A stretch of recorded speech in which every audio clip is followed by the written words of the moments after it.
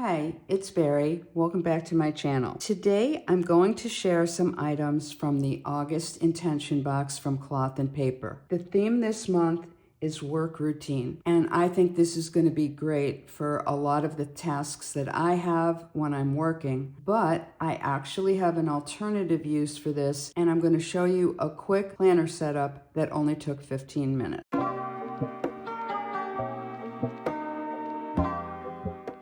So I decided to put together a planner using some of the items from the August intention box. And let me first go over those items, and then I'll talk about my thought process in setting this up. So the new items, we have behind the scenes dashboard duo. And this is 2 dashboards.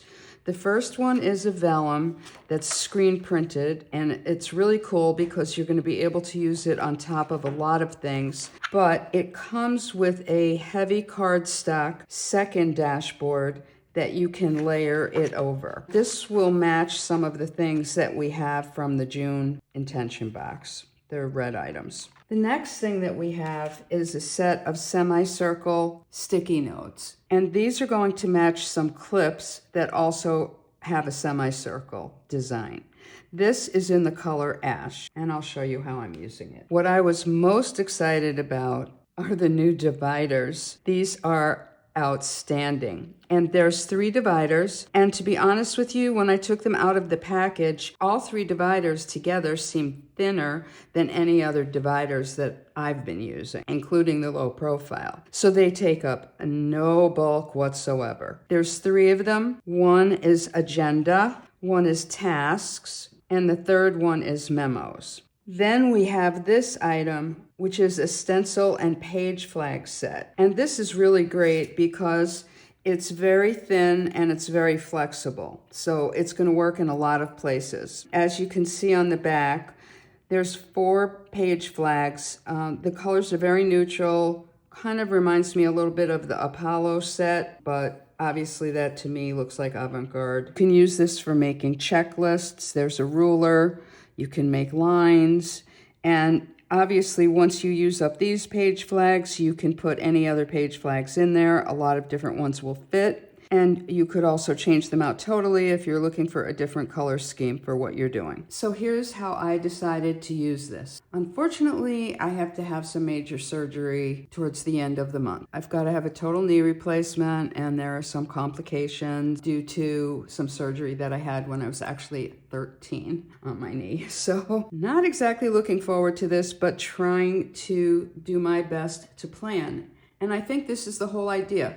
What's going on in your life, plan around that, and plan for some things that will help you be organized and also feel confident. So I decided to put together a planner just related to that and my recovery. I keep a lot of things in stock. I keep discs, I keep these clear covers, I keep tons of inserts, etc. It looks like a cloth and paper store at my house. You probably know that. One of the reasons I like to do that and have extra things like this is because when I get an idea, I can just go. And that's what I did with this. First thing is the clear covers.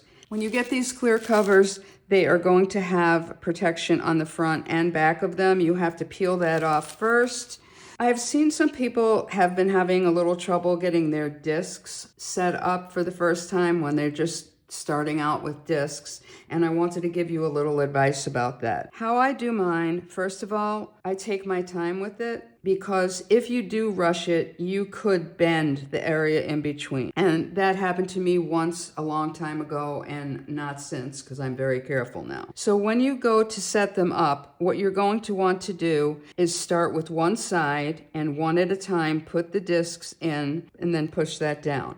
Then take the back cover and do the same one at a time. When you're all set up, you can start to add things. So what I added here was obviously the dashboard set. I think it's beautiful and a great way to start. The first section, agenda, I just went into my stash and pulled another dashboard that I had already had that I thought would relate. And then I have in here some schedule information. My viewers who've been here before all know that I do my scheduling in a CP Petite. So obviously just dragging those pages over was not going to work for this. I decided to use the undated Hobonichi style, which is what I'm using this year in my CP Petite. And I didn't have to worry about placing an order to get this, because if you had that Wondermind intention box, that's what's in here under the agenda. So I just pulled a few sheets out for what I needed. So if you're familiar with this layout, the first page is going to be blank. I decided to do a list of the things that I must do prior to my surgery, things I need to get ready at home. They've sent me so much information, you can't imagine, like 28 pages of this. I had to go to a class. They gave me a big booklet.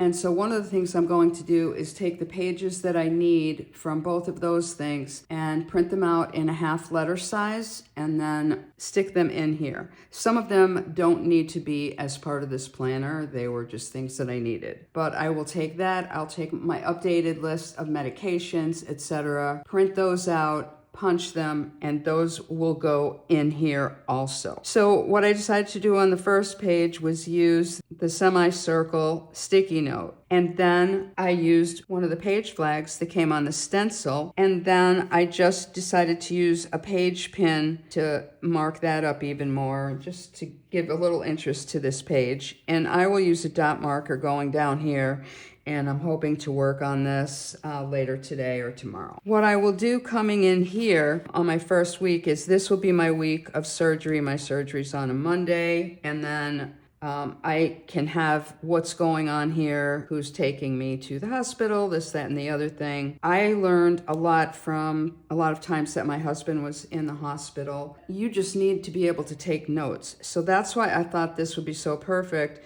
because I could have information here, but then I could have a space to take notes. I thought I'd be able to use these in a little bit different way. I'm not putting the days of the month in here. What I'm thinking is, once I come home, I could put the date, like let's, say this was the date, and then AM and PM, and keep track of whether I've taken medication. Then I thought I would do what I do in all my planners, which is use a page marker. I use a page marker to get to that date easily because it has the tab at the top. And what I did here is I just put some page flags that I really like, an index tab, have some page pins, some of the sticky notes from the June box. These were the index page flags I was using. And I just put anywhere from 1 to 3 on there, and then I can replace them. Why don't I put more? Because I don't want anything to bulk up my planner or a page to stick out. But this is an easy way for me to move this each week to where I need to get to quickly. In the task section, I'm going to just be using the task planner so that I can keep track of things, I can take notes, etc. And I'm going to have this with me in the hospital, and then when I get home, have a pencil case with a few pens and highlighter, things like that, so that I'll have what I need. The last section is memos. And I'm going to be using a lot of the meeting notes. This happens to be the original version. I bought them like they were going out of style because I was so afraid they wouldn't be refreshed.